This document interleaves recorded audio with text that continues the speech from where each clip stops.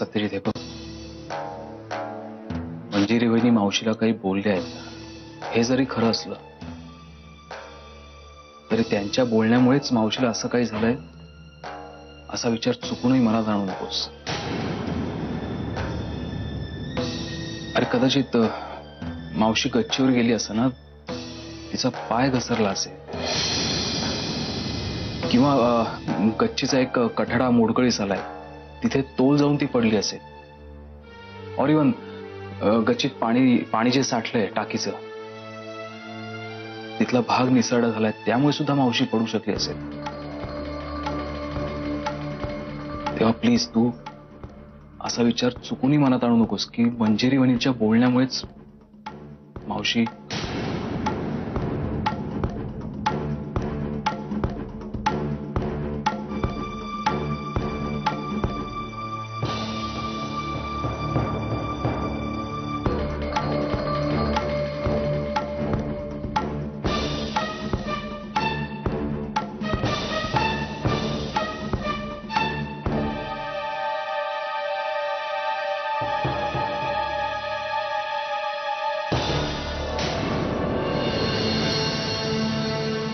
कुठून निघाली? हॉस्पिटल? हो. काही गरज नाही तिकडे जाण्याची, आणि जाऊन काय करणारच तिकडे तू? म्हणून आधार त्यांना द्यावा ज्यांना त्याची किंमत असते. सतत खोटं बोलणाऱ्यांना, विश्वासघात करणाऱ्यांना आपल्या सावलीला सुद्धा उभं करू नये. बाबा, पण अशा वेळी परके सुद्धा मदतीला धावून जातात. मग आता परक्यासारखीच वाग त्यांच्याशी. पण मला माहिती आहे तू खूप चांगली मुलगी आहेस, तुझ्यात खूप चांगलूपण आहे, पण चांगलूपण आता त्यांच्यासाठी. हे बघ, आजपर्यंत मी तुला तिथे जाण्यासाठी कधीच विरोध केला नाही. मग आता? आता नाही, आता माझा सतत विरोधच असेल. हे बघ म्हणून मी एवढं सगळं होऊन सुद्धा त्यांच्याकडे जाण्यासाठी तुला कधी नाही म्हटलं नव्हतं. तुझ्या वाढदिवसाच्या दिवशी सुद्धा तू माझ्याशी खोटं बोलून त्या हलकट माणसाबरोबर मंदिरात गेली होतीस, तेव्हा सुद्धा मी तुला काही बोललो नाही. पण आता मी तुला तिथं अजिबात जाऊ देणार. बाबा, अजूनही तुझं मन तिकडेच धावतंय. कमाल आहे, कमाल आहे. अगं, त्या लोकांमुळे तुझ्या आयुष्यामध्ये एवढी उलथापालथ झाली तरी सुद्धा तुला त्यांच्याबद्दल इतकं कनवळ आहे. अहो, तुम्ही माझं ऐकून तरी घ्या. काय ऐकू? काय ऐकू? ते घर आणि त्या घरातली माणसं यांचा तुझा काहीही संबंध नाही आता, आणि तिने आता कायमचं संपवायचा हा निर्णय तूच घेतलायस. तसं नाही बाबा, पण किमान आईंसाठी तरी मला जावंच लागेल ना तिकडे. आईसारखं प्रेम केलंय त्यांनी माझ्यावर. सगळं खोटं आहे, हे सगळं खोटं आहे बाळा. मगरीच्या डोळ्यामध्ये पाणी दिसलं म्हणजे त्याला अश्रू कधी समजू नये. आणि मुधोळकरांची या आधीची सगळी नाटकं आपण आता बघून झालेली आहेत ना. पण बाबा, बस बस बस, यापुढे हा विषय नको. मी एकदा नाही सांगितलं म्हणजे नाही, बस. यापुढे मला ते मुधोळकरांची थेरं पुन्हा पुन्हा पाहायची नाहीत, आणि माझ्या मुलीने सुद्धा ती पाहू नयेत असं मला वाटतं. हे बघ, त्यानं तुझ्याबद्दल प्रेम काळजी काहीही वाटत नाहीये. तसं जर वाटत असतं ना तर तुला तुझ्या लेकीसकट ते घर सोडावं लागलं नसतं. पण बाबा, बस बस, यापुढे त्या घरासाठी किंवा त्या घरातल्या लोकांसाठी या घराचा उंबरठा तू ओलांडणार नाही. तुझ्या मनात माझ्याबद्दल जर प्रेम किंवा आदर असेल तर मग मग ऐकशील. बाबा, तुम्ही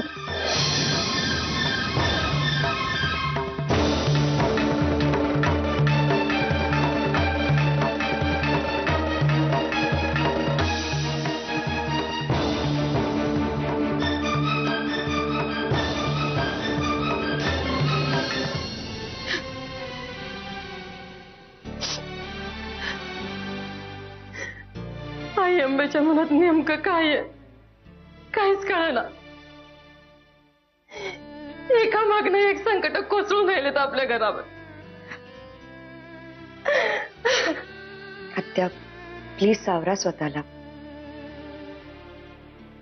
आई अंबे, माझ्या वहिनीला वाचीव ग.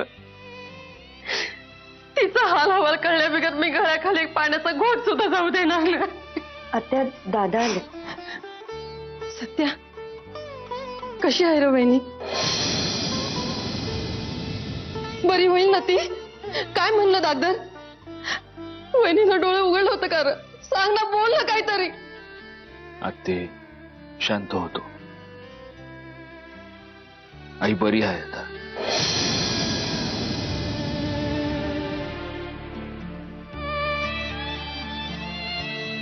शुद्धीत आली, डोळे उघडले, मायाकडे बघून हसली सुद्धा.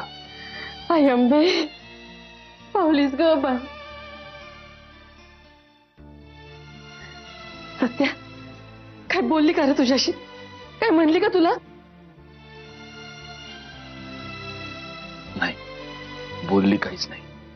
म्हणजे अजून तिच्या जीवाला धोका आहे? आत्ते, अगं डॉक्टर म्हणले आता जीवाला काय बी धोका नाही. She is out of danger. Satya ती घरी केव्हा येणार? जातील, काही दिवस जातील. दादा तुम्ही बसा, मी पाणी घेऊन येते. नेत्रा, काय दादा?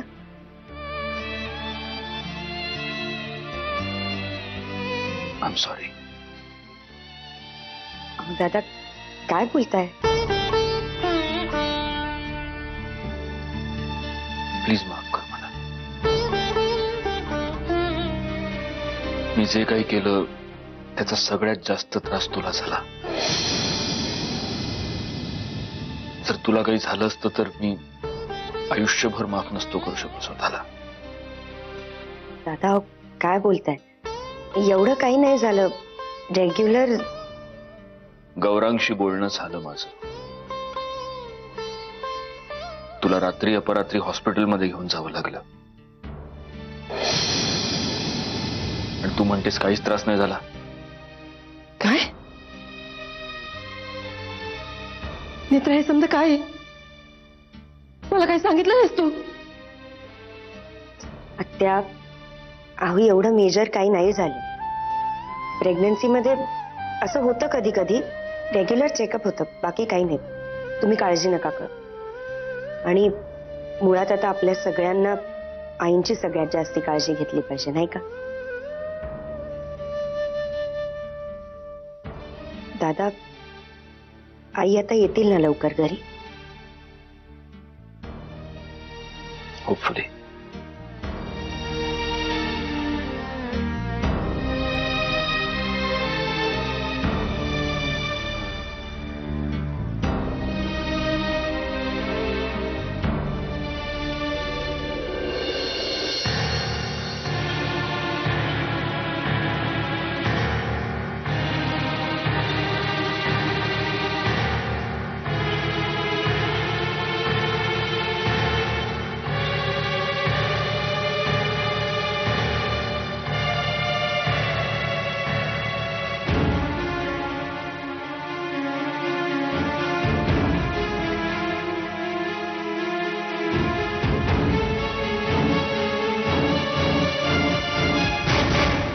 मंजिरी वहिनी मावशीला काही बोलले आहेत हे जरी खरं असलं तरी त्यांच्या बोलण्यामुळेच मावशीला असं काही झालंय असा विचार चुकूनही मला जाणू नकोस.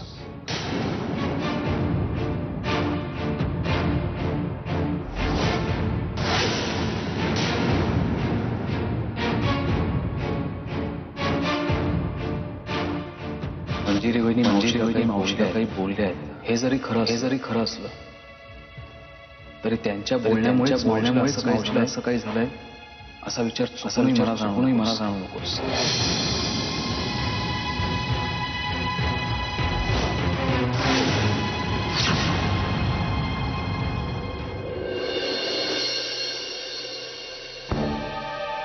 बाबा पण मी काय म्हणते माझं एकदा ऐकून तरी घ्या. हे बघ म्हणू, तुझ्या सगळ्या गोष्टी मला मान्य आहेत, फक्त तुझं हॉस्पिटलला जाणं मला मान्य नाही. अरे दादा मी काय म्हणतो, हे बघ शिवराज, आमच्या दोघांचं बोलणं आधीच झालेलं आहे. ज्या घरामध्ये तिला किंमत नाही त्या घरातल्या माणसांचे चेहरे सुद्धा तिच्या डोळ्यासमोर येऊन येत असं मला वाटतं. पण काय असं काय मोठा फरक पडणार आहे तिथे जाऊन? हे बघ दादा, मला असं वाटतं की मनूने तिथे जायला हवं. अरे ती अशा वेळेला जर तिथे नाही गेली तर लोक काय विचार करतील, काय बोलतील? लोक म्हणजे कोण? ते मुधोळकरच ना? त्यांना काय वाटेल ते काय बोलतील याच्याशी मला, इनफॅक्ट आपल्याला आता काही देणं घेणं नाही.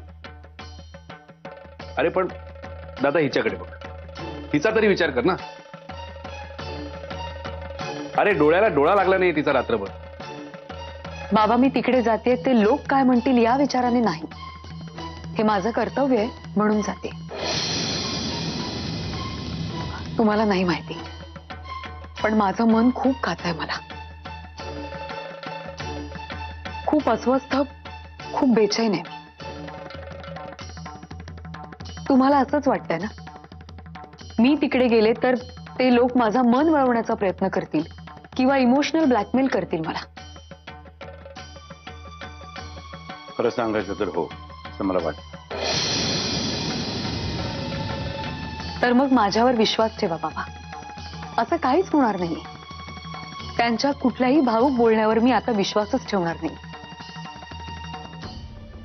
किंबहुना माझ्या मनात सुद्धा असा विचार आलेला नाही. आणि दादा निव्वळ कर्तव्य भावनेने जर ती तिथे जात असेल तर काय हरकत आहे मला सांग ना. तुम्ही दोघं माझी समजूत काढण्याचा उगीच प्रयत्न करत बसू नका. म्हणून एकदा तिकडे गेली ना की मग त्याच्या खोटेपणाचा पुन्हा एक नवा अध्याय सुरू होईल आणि या सगळ्या गोष्टीचा आपल्यालाच त्रास होईल.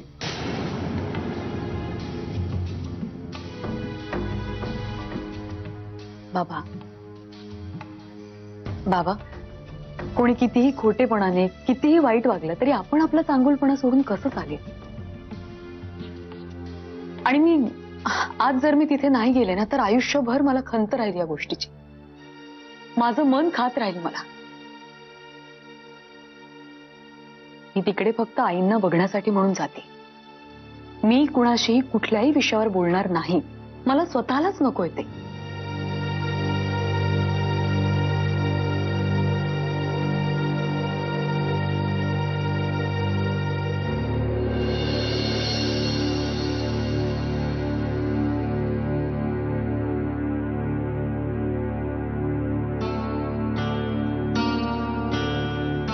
अजून चिडलेली आहेस माझ्यावर? गौऱ्यासाठी थर्मासमध्ये चहा आणि डब्यात पोहे ठेवल्यात ते. हॉस्पिटलात जाताना घेऊन जा.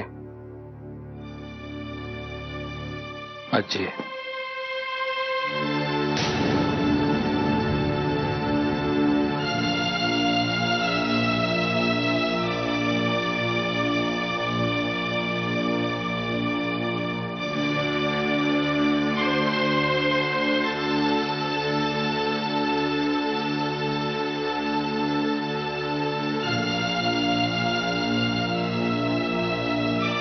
किती वर्ष लागतील मला माफ कराय? पुढला जन्म घ्यावा लागेल. एवढी चिडली?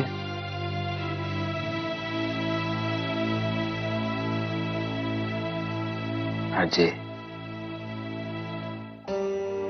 कपाटात डांबून ठेवतीस का? हा, लहानपणी डांबलं होतंस तसं. कदाचित येईल अक्कल यावेळी. एवढ्या वर्षात अक्कल आली नाही, ती आता येणार आहे. मला मान्य आहे आजी, मी चुकलो. पण जरा असं विचार करून बघ की मंजिरीला जर नसतंच कळलं तर आज समज ठीक असतं. मंजिरी आणि शुभ्रा घरी असत्या आणि आपल्या घरात. तू चौनाटपणा केलायस, त्याचं जर समर्थन करणार असेल तर पुण्यांदा मुस्काट फोडी तुझं, सांगून ठेवती. चालत तसं कर, पण एकदा माफ तर कर. माफ करू म्हणजे काय करू? हं? बोलायला आलास तर बोलतीये ना व? तुझं घर तर सोडून गेलेली नाही की तुझी अंगावर सावली पडायची नाही अशी अडबी घातलेली नाही. माझ्याबद्दल मनात जी आडी आहे ती काढून टाक. माझ्या जागी तू असतास तर काय केलं असतंस? हं? मी लोकांना माफ करायला शिकलोय आजी, हे तुला बी ठाव आहे. तू जो गुन्हा केलायस त्याला माफी नाही. का खून केलाय कुणाचा? सॉरी. तुला ठाव आहे का रे मुडद्या, हे 4 दिवस आम्ही कसे काढले? हा, तुझा जन्म झाला तेव्हा तुझ्या बापसाला सुईन गावत नव्हती.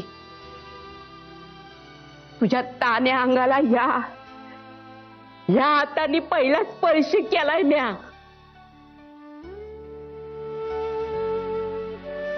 त्यात माझ्या लेकराचा अपघात झाला या. त्याची गाडी दरीत कोसळली. त्याचा चेंदा मेंदा झाला. हे जेव्हा कळलं तेव्हा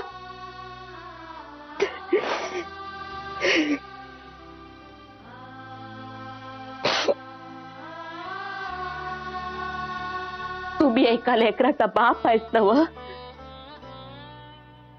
उमजत नाही तुला? हा, फोन करून सांगायला पाहिजे. त्या थेरड्या आजीच्या काळजात काय झालं असेल, कशी तगमग झाली असेल सांगायला पाहिजे तुला. हा, कर. उमजतंय आजी, समजतंय, पण मला असं वाटलं होतं की माझी आजी खमकी आहे. नाही रे, नाही लेकरा, तुझी आजी खमकी नाही.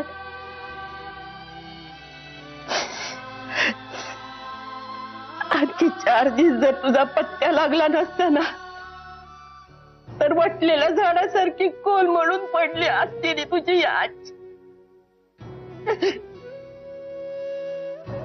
नाही मला तुझ्या संग बोलायचं. चालतं हो इथनं, हो चालतं, न चालतं हो.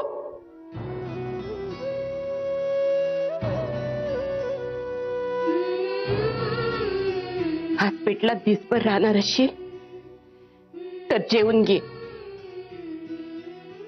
उपाशी राहिलास तर याद राख, सांगून ठेवती.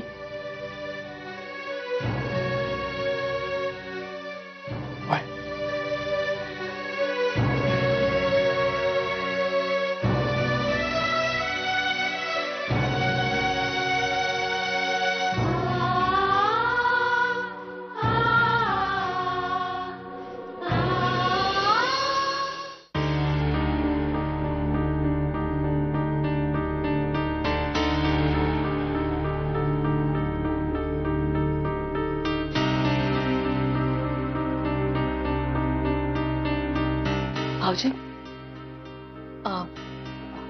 कशा आहेत आई? शुद्धीत आली आहे ती, आउट ऑफ डेंजर आहे. मी भेटू शकते ना त्यांना? नाही, आत्ता तरी नाही भेटता येणार. बाहेरूनच बघावं लागेल. चालेल. इथे राईट हँड साईडला ICU आहे, मी दाखवतो.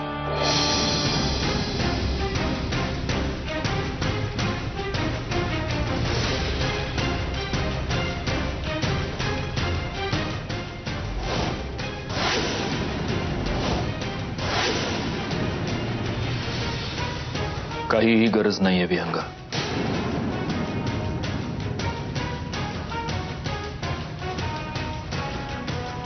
काय बघायला आलीस? ज्या बाईला तू शब्दांनी मारलंस ती खरंच मेली आहे की नाही हे बघायला आलीस? सत्यजित, नाही विहंगा, आता नाही, आता नाही.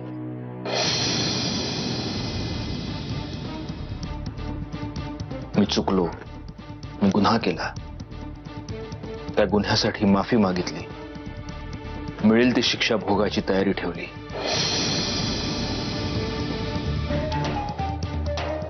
माझ्या मुलीला घेऊन हिनं माझं घर सोडलं,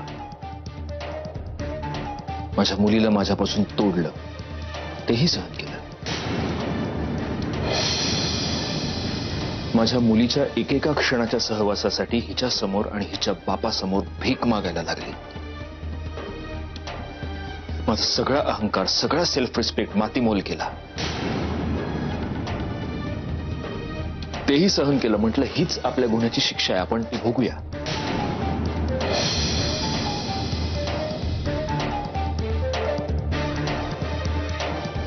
पण मी गुन्हा केला म्हणून जर माझ्या आईच्या जीवावर उठाल तर ते मी सहन करणार नाही. माझी आई खोटं बोलली म्हणून अपमान केलास तू तिचा. एखादी आई किंवा एखादा बाप आपल्या मुलाच्या भल्यासाठी असं खोटं का बोलतो याचं कारण जर तुला कळत नसेल ना, तर स्वतःच्या बापाला जाऊन विचार. जेव्हा 3 दिवसात तुझं माझ्याशी लग्न लावण्याचा आटापिटा ते करत होते, तेव्हा ते कुठला खरेपणा दाखवत होते.